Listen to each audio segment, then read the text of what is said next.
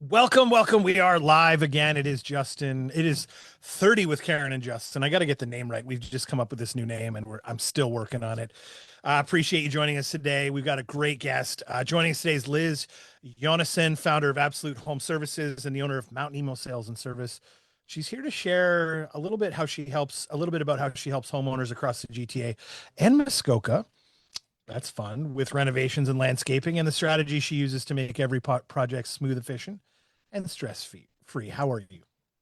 I'm great. How are you?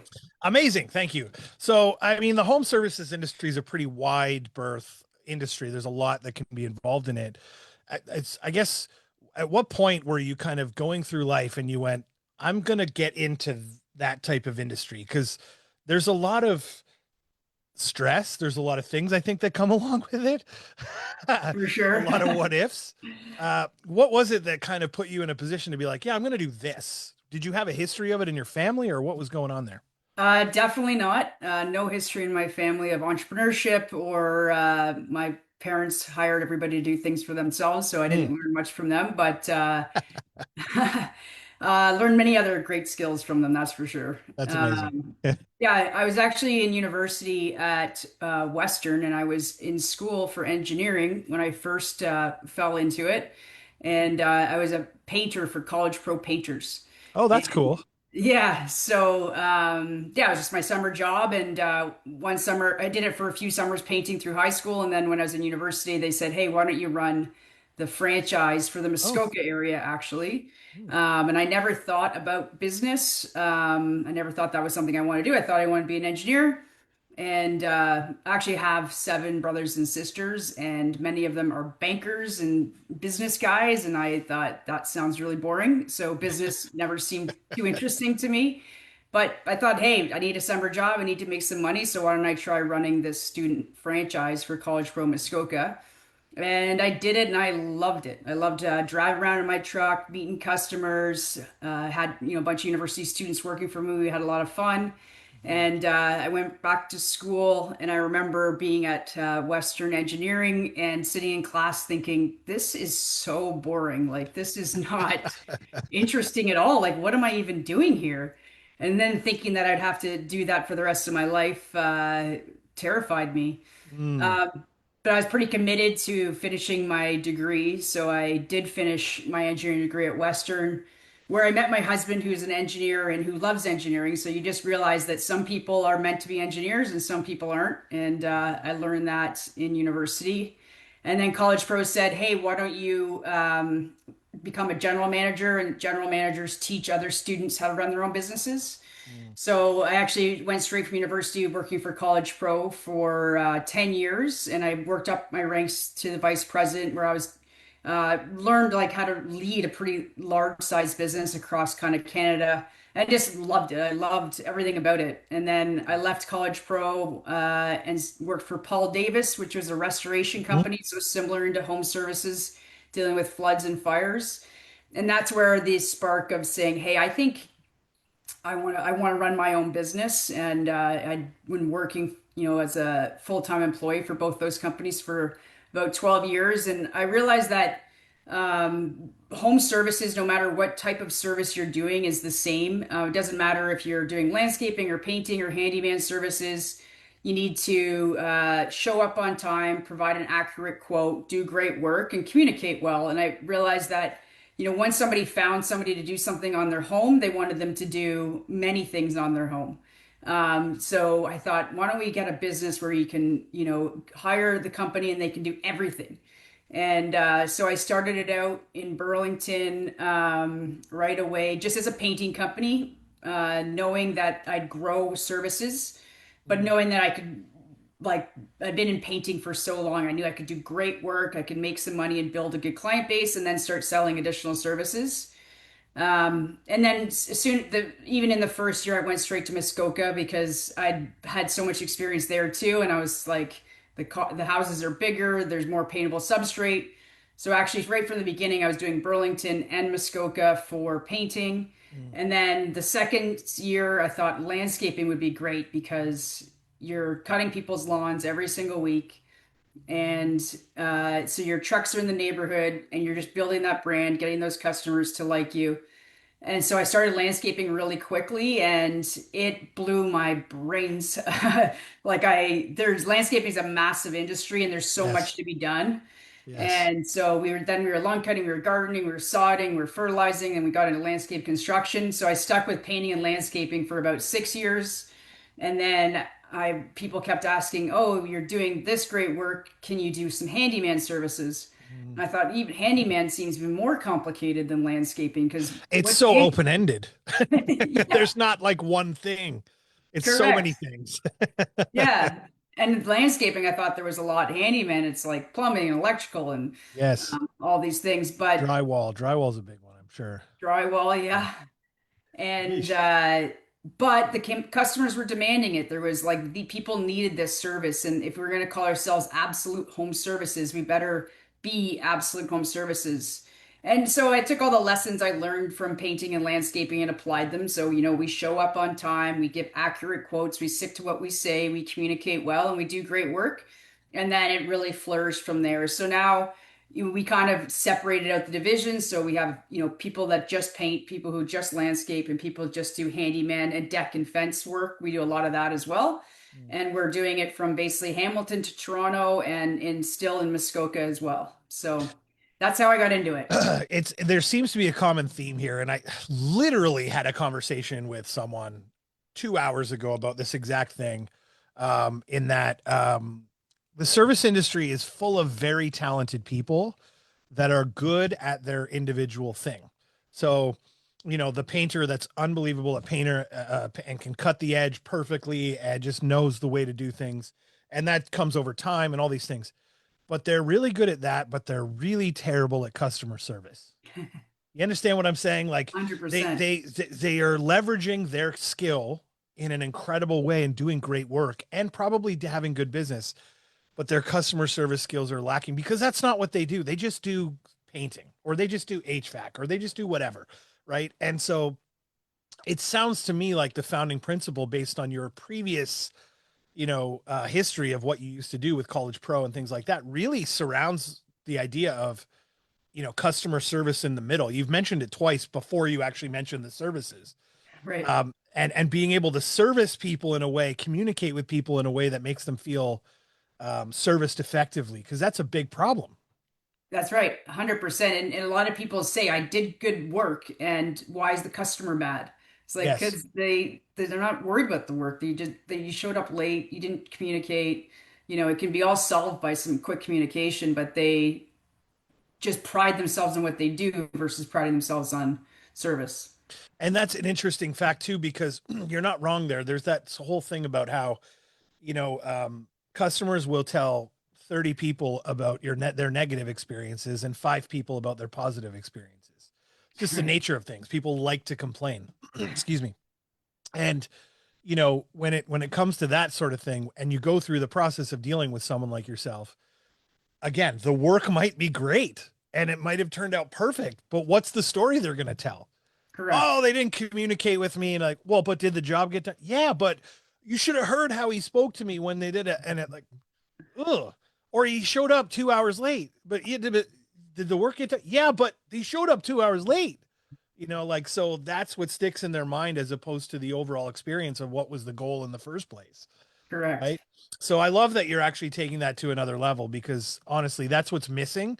And I don't begrudge, Joe the plumber that's really good at what he does and he just can't keep up with the customer service stuff. That's okay. I don't mean, that's everyone got to make a living, but at the end of the day, I just love the idea of having this one-stop shop, but also built on a foundation of communication and absolute service, which is great, Yeah, right? and so our structure of our business is based around that. So we have project managers and their job is to quote, communicate, make work orders, and then we have crews. They do is do the work. So they do what they're best at and the project manager does what they're best at. Mm. Yeah, it's interesting. I used to work for a car dealership, and I remember they told me at the time, all we want you to do is sell. We'll have someone else sign contracts. We'll have someone else do this, deal with paperwork. We'll have someone else do that. You just go sell cars. And that was that, because that was our function as salespeople, was to go sell those cars. Right. Right. And now I don't have to muddle myself down with chasing people for money and whatever else other stuff. That's not my thing. My Right. thing is just get the cars out the door.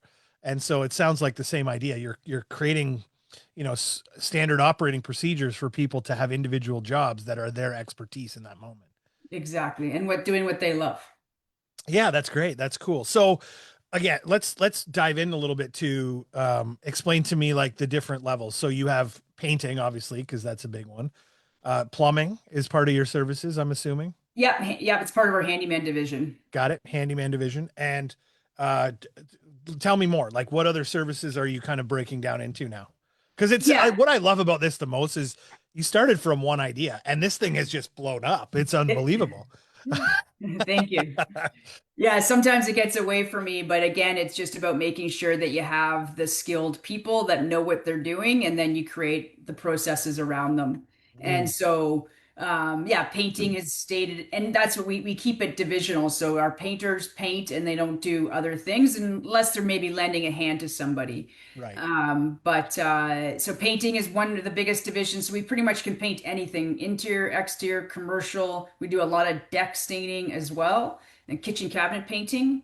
And then within our landscaping division, again, we do pretty much everything from lawn cutting, gardening, sodding, but we also do construction. We'll do interlocking driveways and patios. But again, that leads into deck and fence work. We build pergolas, we build decks.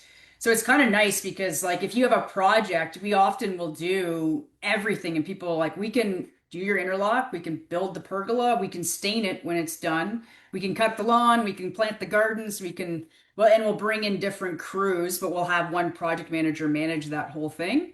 Mm, Um, and then the other division is the handyman, which again, it they all kind of like feed into each other because painting is kind of like handyman work, right? So, yep. the job will be, just a bathroom update is a nice one to do where you just want to change your sinks, change your vanities, update your tiles, and we go in and we can do that type of work. But we'll also come in and fix your gate on your house. And our whole strategy is to create loyalty with our customers. We'll do any size job, whether it's just, a small job that'll take half a day for a handyman to run into and fix a few things, fix some taps, or, a full renovation of a basement or bathroom. How And does one order these services? Is it like an app? Do they call you? Is there an online system? How does one Yeah, go about doing so that? we do have a full-time person who takes the calls. So you can call us, you can email us, or you can go online and fill out a form. Then we'll contact you and schedule a project manager to come out and meet you. We meet every customer for a quote so we can really get a good sense of what you're looking for and what your expectations are. And then we sometimes we provide that quote right on the spot. If it's a simple service, we can tell you right there, hey, this is what it's going to cost, and here's a detailed written scope of work. And then worst case, it could take a day or, it was a, massive project. It could take up to a week for us to get that quote if you're going to do a backyard renovation or a basement renovation or something like that. So more than ever in my industry, we're finding that people are walking into their houses that they're purchasing and buying houses that are more completed than ever before. They'd Interesting. like to see, put it this way, I think that there's just a lack of people willing to want to spend money, which is an interesting part. And so they don't want to walk into a house, pay the mortgage, and then have to spend another $30,000 or $10,000 or $5,000 on this, that, or the other. And what I'm finding, and I swear to God, I'm going somewhere with this. I promise. Bear with me. What I'm finding is an interesting synergistic kind of relationship here where, there's an opportunity which you're probably already doing, and maybe you can speak to it a little bit of going into a listing or a seller's house before they list the house with your handyman services, your painter services. Maybe your deck guy needs to refresh the deck. Maybe the fence is falling over in the backyard and that needs to be repaired before the listing goes live. Um, because we know that houses that have more little updates and are cleaner will sell fastest and first, right? Interesting. Like, so we were at an older house this week that we just sold off market, hilariously enough, that is in Longmore, which is a, 1960s, 70s neighborhood. The houses are all mostly side splits, back splits, things like that, which are older homes. The house was super clean. it was older in some respects, but it was clean. Because the gentleman kept it in good shape. Now, this wouldn't be a one that would be good for you, but the point I'm trying to make is we had an offer before we even got to market, and it was a really great offer. It's all been accepted and the deal gets done because the house looks so nice, even if it's older inside, Yeah, right? people want to see work and dirt. People want to see the effort that and the cleanliness and the refreshed kind of feel. So Yeah. I'm wondering if you see that happening in your industry a little bit where you're getting called to go do these things prior to listing houses. For sure. I mean, working on our business, it's interesting. I find that we follow the entire real estate market. If real estate's good, we've got lots of work. If there's not a lot of real estate, we don't have a lot of work, which is right now. Um, People are not doing that type of thing. So we see it on both sides. We do a lot of work for people, and it's great for us. We'll help you get your house ready to sell, and then we'll help you make your new house look like you want it to. But yeah, I think it's a tremendous opportunity. It is funny, right, that people will live in a house for 30 years and then spend all this money to make Right it look before they nice leave. right before they move out.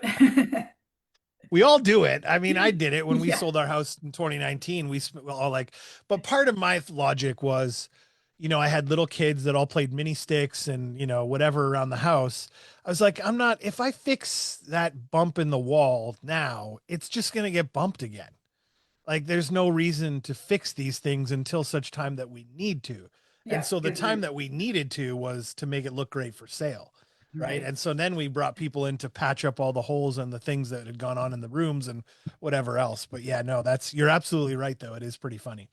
But, I would imagine that small repairs and small paint jobs and things like that, just to create a refreshed look, can speak volumes to the back end of the sale. And I can speak to that 100% it would. Right. for sure. And even just curb appeal, like we can go in, paint your front door, clean up your gardens. Like a little garden cleanup can make Mm. a big difference, pulling out all the weeds.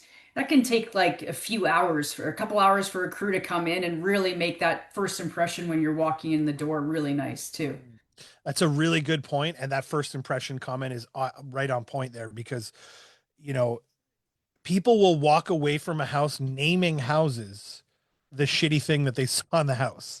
So if it's like, oh, Oh, the, yeah. the Burr Bush house that had the huge Burr Bush out front of the house or whatever, or like, the front door that was broken. Yeah, that the front door broken house. Yeah. Yeah. They'll make comments like that and they name houses like that. We do that Right. all the time. Right. And it's not even us doing it because we don't want that to happen. The client just does it themselves. So Right. taking care of those problems, preempting those comments so they come out of there going, oh, it's the house we liked. You remember the one with the great kitchen or the one with the updated bathroom or that beautiful front door. It's super simple. The logic is there. Anyway, Right. but yeah, no, okay, cool. So then you also purchased a couple of years ago Mount Nemo Sales and Service, which is that is right on Guelph Line up by number 2, right? Am That's I right. right? Yeah, that's right. And so Yeah. what is the So function there? What do you do there? yeah, so is we did have a place on Mainway that we were leasing. And as we grew, we got more equipment. And I had actually a bunch of dump trailers for our landscape division, and they kept getting stolen. No matter what I did, I would lock them with wheel locks and ball locks, and I put GPS trackers, and I ended up getting 4 dump trailers stolen. And I called the police and they, said there's nothing we can do. They're very generalized people. Anyways, it's a long story there that I won't get into. So the police basically said you need to make it impossible for them to access it. So I actually just wanted to buy a property where I could keep everything secure. And this property came for sale. They were selling the property and they were selling the business. So I was like, oh, I want to go buy that property. I can get my landscaping trailers all locked up and secured. Um, and then the business, but I had also used Mount Nemo Sales and Service to buy a lot of my lawn and garden equipment and service it. So I knew the business pretty well, and the owners showed me around. And they're like, "You should just buy this business too." And I was like, "Not interested in a lawn and garden equipment business." And they're like, "Well, let me tell you about it." And it's been around for 40 years. They Yeah. pride themselves in their service, their customer loyalty, Yeah. and I kind of fell in love with it. Their philosophy was very similar to my philosophy at Absolute, which was customer service, as we already talked about, and they had great staff that'd been there for a long time who loved what they did, and they also cared about customer service, which again is similar to the culture at Absolute. You know, Mm. everybody that works with Absolute loves working here, loves the people, and loves customer service. And I saw that similarities in that business. Plus, I could get deals on my own equipment. I I was could just gonna say, why not go straight to the source and just buy the source? exactly. And then mechanics on staff that can help us get back in business really quick. Yeah, So, yeah. yeah, so it just made a lot of sense. So I ended up buying the business and the property and moved Absolute. So we are on that property. So we've got lots of space for it, and they work side by side, and they're both great businesses to be in. So I just want to hit something here that kind of has come up in my brain. The idea of sort of saying yes, and the idea of having a vision and following through with it. This is going to get a little deeper than just home services, so bear with me for a sec. But like, I think the thing that's so cool and so important about your story is that you had created a path for yourself originally, that you were like, I'm going to do this, and this is where my life is headed. And then something popped up, and you were like, you know what? I really like that. And you had some fun with it, and it turned into a bit of a passion for you, and helped you grow. And you shifted your goal set essentially, because you went from this thing over here to this thing over here. You said yes. You were like, yeah, let's go do that. And then that expanded into the next opportunity, which expanded into the next opportunity, and so on and so forth. And I'm sure there was careful consideration behind each of these decisions. Like, you don't just willy nilly, jump in and be like, yeah. And it's like, but the business is losing $300,000 a year. No, that's, you know what I mean? But at the end of the day, I love the idea and the concept that you saw something that made sense with where the direction of your life was going, whether it was or actually it wasn't, quite frankly, but you liked it, and you actually executed on it. Because I feel like the difference between people that become successful in almost every business and every opportunity, and the people that don't, and or don't even get anywhere off the ground, is the decision to kind of just say yes and move forward, right? Yep, for And I sure. like the idea that you've really just worked hard to create something out of the just the dream in your head. And the thing that brings it all together is, it sounds like, and you just have a beautiful smile on your face when you talk about it, that you love it. I love it. I love entrepreneurship. you know, so, which is sort of half the battle, because, they often say that if you love what you do, you're not really working in the first place anyway. Right. And if you love what you do and it is working for you in that regard, it actually will exponentially increase and expand and go bigger. Those people that own that company for 40 years, you know, they didn't they didn't own it for 40 years just because they wanted to do it. And it was like, every day they woke up grinding and they just hated it every day. They owned it for 40 years and it worked for them because of the passion they had behind it. Right. And that seems to have now continued with you, and which is a wonderful, actually, legacy for them as well, It quite is. frankly. Yeah. And 2.5 years later, the same staff that was there with the old owners is still here with me today. Well, that's amazing. Yeah. I'm going to bring you some stuff because I need some stuff fixed at this point, Okay. and I'm getting a discount just because of this. I'm just saying. No, I'm kidding. No, it really genuinely, like, it sounds like you've got. I mean, I'm not here to judge you, but it sounds like everything's going in the right direction for you, and I think we need to maybe talk offline about some sort of connection between what we do and what you guys do, for sure, Oh, for sure. because I love your energy and I love what you're doing. So. Yeah, no, we're running up against the 30 minutes. I appreciate your time. Is there anything else you want to impart on people? That we're going to put all the contact details below in the chat. So anybody that wants to get a hold or needs a job done or needs anything from you, they can just click below and find your phone number, find your online forums. Everything's there. But yeah, thank you. Like, any last words? No, just thank you so much for having me on this, and I enjoyed every moment, and looking forward to hearing from anybody who wants to reach out. Yeah, cool, man. We'll have a good one. And everyone, thank you for watching. We will talk soon, and have a good day.